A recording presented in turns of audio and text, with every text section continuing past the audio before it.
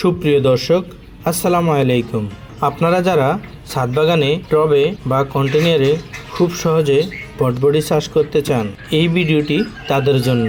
Video জুড়ে থাকবে বীজ বপন থেকে শুরু করে বটবডি ধরা পর্যন্ত এবং সেই সাথে সকল প্রয়োজনীয় পরিচর্যা। চলুন কথা না বাড়িয়ে শুরু করা যাক। প্রিয় দর্শক, আপনাদের অপরন্ত ভালোবাসায় আমাদের এই টঙ্গী গার্ডেনিং ইউটিউব চ্যানেলটি আজ বহুদূর এগিয়ে এসেছে। তাই আরও সামনে এগিয়ে যাওয়ার জন্য আপনাদের অপরন্ত ভালোবাসার প্রয়োজন আছে আমাদের। যে সমস্ত বন্ধুরা আমাদের টঙ্গী গার্ডেনিং ইউটিউব চ্যানেলটিতে নতুন যুক্ত হয়েছেন, প্রত্যেক নতুন বন্ধুরা একটি করে সাবস্ক্রাইব করে রাখবেন। আর যে সমস্ত বন্ধুরা আগেই চ্যানেলটিকে সাবস্ক্রাইব করে রেখেছেন, সবাইকে অসংখ্য ধন্যবাদ।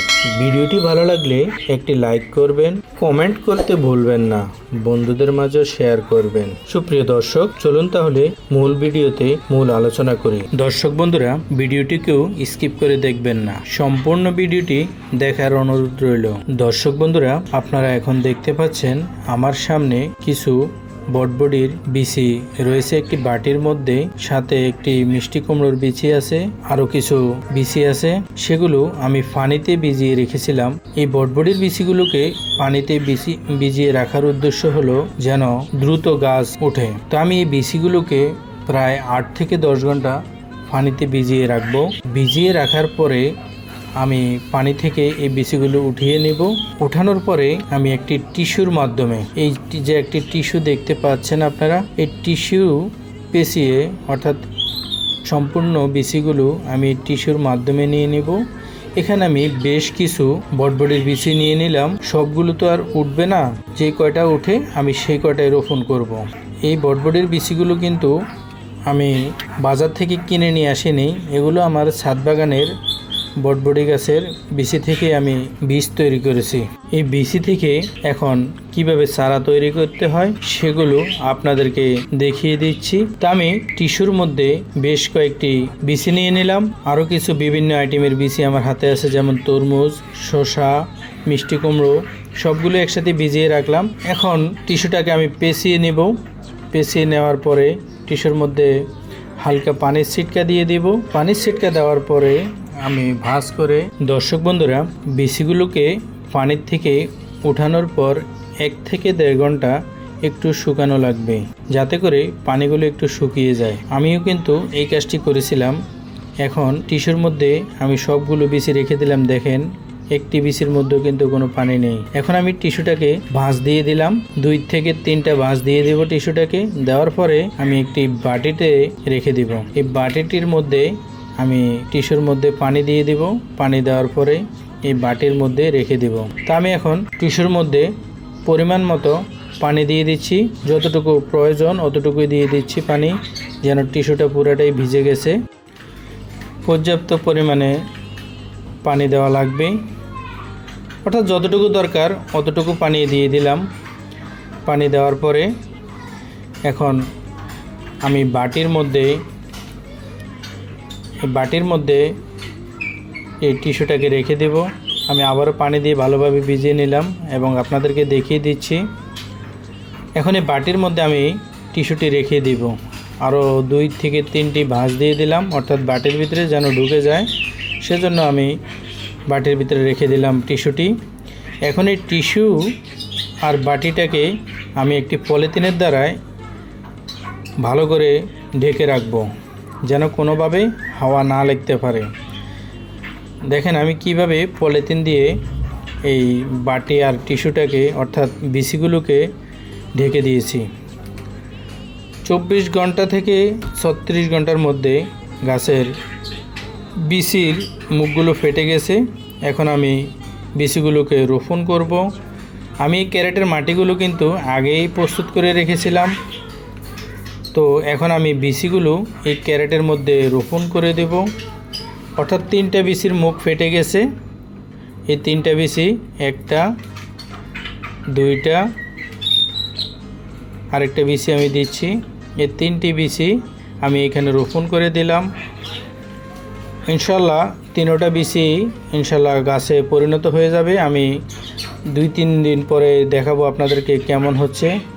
2 দিন পরে ইনশাল্লাহ দেখব গাছটি কেমন হচ্ছে। এবং মাটি থেকে কিভাবে গাছটি গজাচ্ছে। এই যে দেখতে পাচ্ছেন 2 দিন পরে আস্তে মাটি ফেটে গাছগুলো বের হচ্ছে। একটি, দুইটি, আরেকটি গাছ আছে 3টি। এই 3টি গাছে আপনাদেরকে দেখাচ্ছি। 4 দিন পরে গাছটি স্বয়ংসম্পূর্ণ হয়ে গেছে। 2টি গাছ স্বয়ংসম্পূর্ণ হয়ে গেছে। 4 দিন পর একটি গাছ সম্ভবত মিস হয়ে গেছে।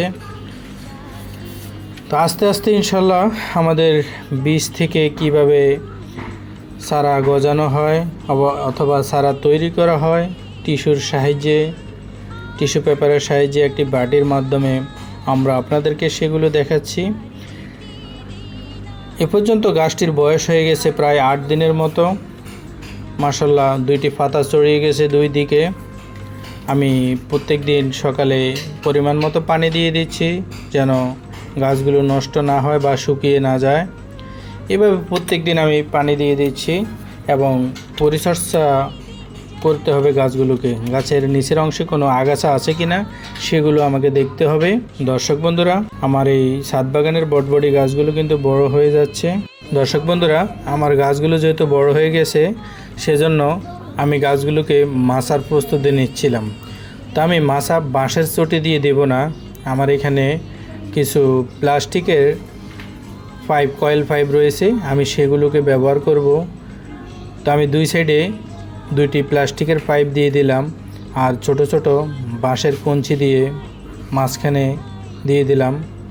বেশ কিছু বাঁশের কঞ্চি ব্যবহার করলাম যেন পাইপ 2টা এদিক সেদিক না হয়। এক কথা বলতে গেলে একটি গেটের মতো দেখা যাচ্ছে। তো আমি পাইপ 2টা দেওয়ার পরে লক্ষ্য করলাম মাঝখানে বিরাট একটা গ্যাপ পড়ে যাচ্ছে। মাঝখানে যে কোনো একটা জিনিস দেওয়ার দরকার, সেজন্য আমি মাঝখানে কিছু সুতা ব্যবহার করলাম, কিছু রশি ব্যবহার করলাম। কালো রশিগুলো ব্যবহার করে গাছগুলোকে বসিয়ে দিলাম মাঝখানে। এখন আমি গাছগুলোকে এই রশির মাধ্যমে এই মাচার মধ্যে উঠিয়ে দিব। আস্তে আস্তে গাছগুলো যখন বড় হবে, গাছগুলোর বয়স মাত্র চলতেছে 15 থেকে 18 দিন। যখন গাছগুলো 20 থেকে 25 দিন হয়ে যাবে তখন মাচার মধ্যে আস্তে আস্তে উঠতে শুরু করবে। আর তখনই আমি গাছগুলো 2G বা 3G কাটিং করে দেব। কাটিং করার পরে যে সমস্ত নতুন শাখাগুলো বের হবে ওগুলো থেকে সিম বাইর হওয়া শুরু হবে, ফুল বাইর হওয়া শুরু হবে। দর্শক বন্ধুরা, আমার গাছটি কিন্তু 30 দিন বয়স হয়ে গেছে। অলরেডি গাছটি কীরকম উপরে উঠতেছে, মাচার উপরে উঠতেছে সেগুলো আপনারা দেখতেছেন। আমি এখন আমার গাছটির এর 2G বা 3G যে কাটিংটা বলে আমি সেই কাটিংটা করে দেব। করে দেওয়ার পরে দেখবেন গাছগুলোর কি অবস্থা, কি পরিস্থিতি হয় এবং কি পরিমাণে লইব্যা সিম চলে আসে গাছটির মধ্যে। আমরা শেষ পর্যন্ত ভিডিওটি দেখলে আপনারা অবশ্যই বুঝতে পারবেন কি পরিমাণে লইব্যা সিম চলে আসে। খুবই একটু লক্ষ্য করে দেখবেন দর্শক বন্ধুরা। আমি গাছের গোড়ার অংশে প্রতিদিনই পানি দিয়ে থাকি।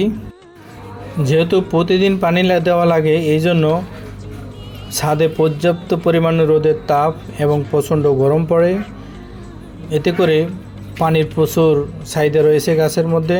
দর্শক বন্ধুরা, আমি এখন ভিটামিন স্প্রে করতেছি যেন আমার গাছটির পরিপূর্ণ ভিটামিন থাকে এবং পাতাগুলো না কোঁকড়ায়। ভিটামিনের অভাবে কিন্তু অনেক টাইমে পাতাগুলো কোঁকড়িয়ে যায়, সেজন্য আমি পাতাগুলো স্প্রে করে দিচ্ছি। দর্শক বন্ধুরা, আমি ভিডিওটি শুরু করার আগে বলেছিলাম A to Z পর্যন্ত আপনাদেরকে সম্পূর্ণ পরিচর্যা দেখাবো।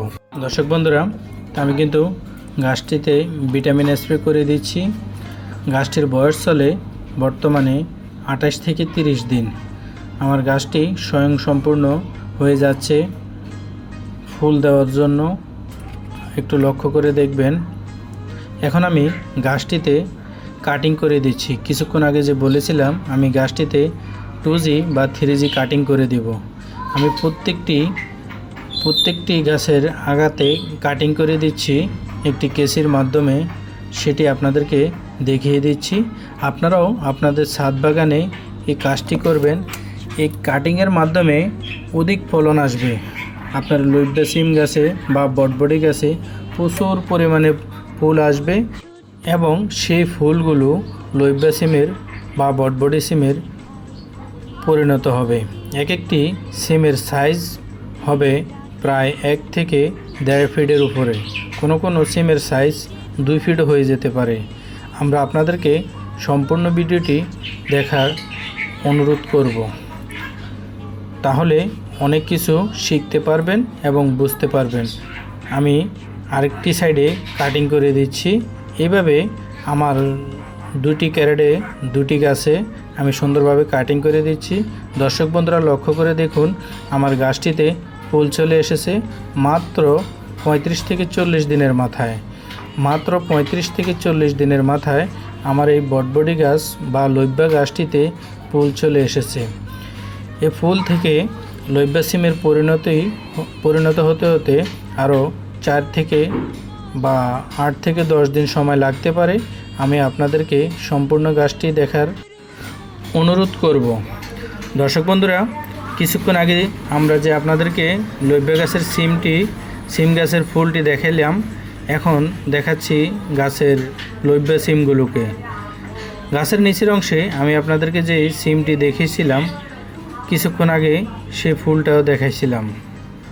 একটু লক্ষ্য করে দেখবেন আমার গাছগুলোর কোয়ালিটি অনেক ভালো, আপনারা দেখতে পাচ্ছেন। আমি কিন্তু আবারও ফুল আসার পরে কিন্তু আবারও একটি স্প্রে করে দিলাম যেন গাছটির ফলন ভালো আসে, এবং একটি বিষের একটি স্প্রে করে দিলাম, কীটনাশক একটি স্প্রে করে দিলাম। যদি গাছে কোনো পোকা থাকে সেগুলো মরে যাবে। দর্শক বন্ধুরা, আমি আপনাদেরকে সিমগুলো দেখানোর চেষ্টা করতেছি। আমার এই গাছটিতে প্রথম যে 2টি ফুল ফুটেছে, সেই 2টি ফুলে সিমের পরিণত হয়েছে, বটবডি সিমের পরিণত হয়েছে। সিমগুলো দেখেন কত লম্বা হয়েছে। এক একটা সিমের সাইজ প্রায় 1.5 থেকে 2 ফিটের কম হবে না। এরকম একটি গাছে 15 থেকে 20টি লইব্বা সিম হলে 1 কেজি হয়ে যাবে। আমরা আশা করব আপনার ছাদ বাগানে আপনিও একটি গাছ লাগিয়ে রাখুন, এরকম সবজি উপভোগ করতে থাকুন। ছাদ বাগানে কেউ খালি রাখবেন না, অথবা বাড়ির আঙিনায় কেউ খালি রাখবেন না। যে যেখানে পারেন ছোট্ট একটি গাছ লাগিয়ে নিজের চাহিদাটা পূরণ করুন। আমার এই ছোট্ট ছাদ বাগানে, দর্শক বন্ধুরা, আমার এই ছোট্ট ছাদ বাগানে বিশেষ ফল গাছ এবং সবজি করে থাকি আমি, এবং বিভিন্ন ধরনের বিদেশি ফলও আছে, যেমন রামবুটান গাছ আছে, থাই লটকন গাছ, লাল পেয়ারা যে গাছটি আছে সেটার পাতাগুলো কিন্তু লাল লাল হয়ে থাকে। দর্শক বন্ধুরা, আমার গাছটির একেবারে শেষ প্রান্তে চলে এলাম আমরা। আপনারা দেখতে থাকুন গাছটিতে কি পরিমাণে লইব্বা সিম চলে এসেছে, দেখলে অবাক হয়ে যাবেন আপনারা। আমি আমার গাছটিতে, দর্শক বন্ধুরা, আমি আমার ছাদ বাগানের লইব্বা গাছটিতে যে মাচাটা তৈরি করেছিলাম, এই মাচাটা কিন্তু নষ্ট হবে না। আমি পরবর্তীতে এখানে যে অন্য যে কোনো একটি গাছ লাগিয়ে দিতে পারবো। আর এখানে একটি দেখেন, এই ফুলগুলোকে কেমন লাগছে আপনাদের কাছে সেটা আমাদের কমেন্ট বক্সে জানিয়ে দিবেন। আর আমাদের লইব্বা গাছের সিমগুলো কেমন লাগছে সেটাও কমেন্ট বক্সে জানিয়ে দিবেন। আমাদের গাছটিতে কি পরিমাণে লইব্বা সিম এসেছে সেগুলো আপনাদেরকে দেখাচ্ছি, দেখতে থাকুন। এগুলো এখনও ছোট, আস্তে আস্তে বড় হবে, আমি আপনাদেরকে দেখিয়ে দেব প্রত্যেকটি ঢালে কি পরিমাণে ফুল এসেছে এবং কি পরিমাণে লইব্বা সিম হচ্ছে, আমি সেগুলো আপনাদেরকে দেখাচ্ছি। দর্শক বন্ধুরা, একটু লক্ষ্য করে দেখবেন আমার গাছটি কি পরিমাণ ছড়িয়ে পড়েছে। পুরো মাচাটি এখনও শেষ করতে পারেনি গাছগুলো। এ পর্যন্ত গাছটিতে যে পরিমাণে লইব্বা সিম এসে পড়েছে তা অবশ্যই আপনারা লক্ষ্য করে দেখবেন এক একটি লইব্বা সিমের সাইজ কেমন। দর্শক বন্ধুরা, ভিডিওটি যদি আপনাদের কাছে একটু ভালো লেগে থাকে তাহলে আমি বলবো অবশ্যই আমাদের ইউটিউব চ্যানেলটিকে সাবস্ক্রাইব করে রাখবেন এবং পাশে থাকা বেলটি অন করে দিবেন, যেন আমরা যে কোনো ভিডিও আপলোড দেওয়ার সাথে সাথে সবার আগে আপনাদের কাছে পৌঁছে যায়। এবং ভিডিওটি ভালো লাগলে একটি করে লাইক করবেন, বন্ধুদের মাঝেও শেয়ার করবেন, কমেন্ট করতে ভুলবেন না। দর্শক বন্ধুরা, আমার এই লইব্যা গাছটির বয়স কিন্তু এখন 55 দিন থেকে 60 দিন হয়ে গেছে। এখন আমি এই লইব্যা সিমগুলোকে উঠিয়ে নিয়ে যাব, অর্থাৎ রান্না করার উপযোগী হয়ে গেছে। এর থেকে বেশি দিন যদি এগুলো গাছে থাকে এগুলো কিন্তু মোটা হয়ে যাবে এবং শুকিয়ে যাবে। আমার এখানে কিন্তু কয়েকটা সিম কিন্তু শুকিয়ে গিয়েছিল, আমি আপনাদেরকে সেগুলো দেখাবো। আর যে কয়টা সিম খাওয়ার উপযোগী আছে আমি এখন বাসায় নিয়ে যাব খাওয়ার জন্য। সুপ্রিয় দর্শক, একটু পরিশ্রমের মাধ্যমে একটু কষ্ট করলে অধিক ফলন পাওয়া যায়। পরিশ্রমের মাধ্যমে অনেক কিছু, অনেক অসাধ্যকে সাধ্য করা যায়। তাই আমি বলবো, একটু পরিশ্রমের মাধ্যমে আপনিও আপনার ছাদ বাগানে অথবা বাড়ির আঙিনায় যে কোনো জায়গায় একটি গাছ লাগিয়ে নিন, একটু পরিচর্যা করুন, দেখবেন আপনার কোনোভাবেই সবজি কিনা লাগবে না। আমার এই ছাদ বাগান থেকে আমি যে পরিমাণে সবজি গাছগুলোতে যে পরিমাণে সবজি হয়ে থাকে, আলহামদুলিল্লাহ আমি অনেক খুশি। কারণ আমি এই গাছগুলোর পিছনে অনেক পরিশ্রম দিয়ে থাকি, সেজন্য অনেক সবজি হয় এবং অনেক ফল হয় আলহামদুলিল্লাহ।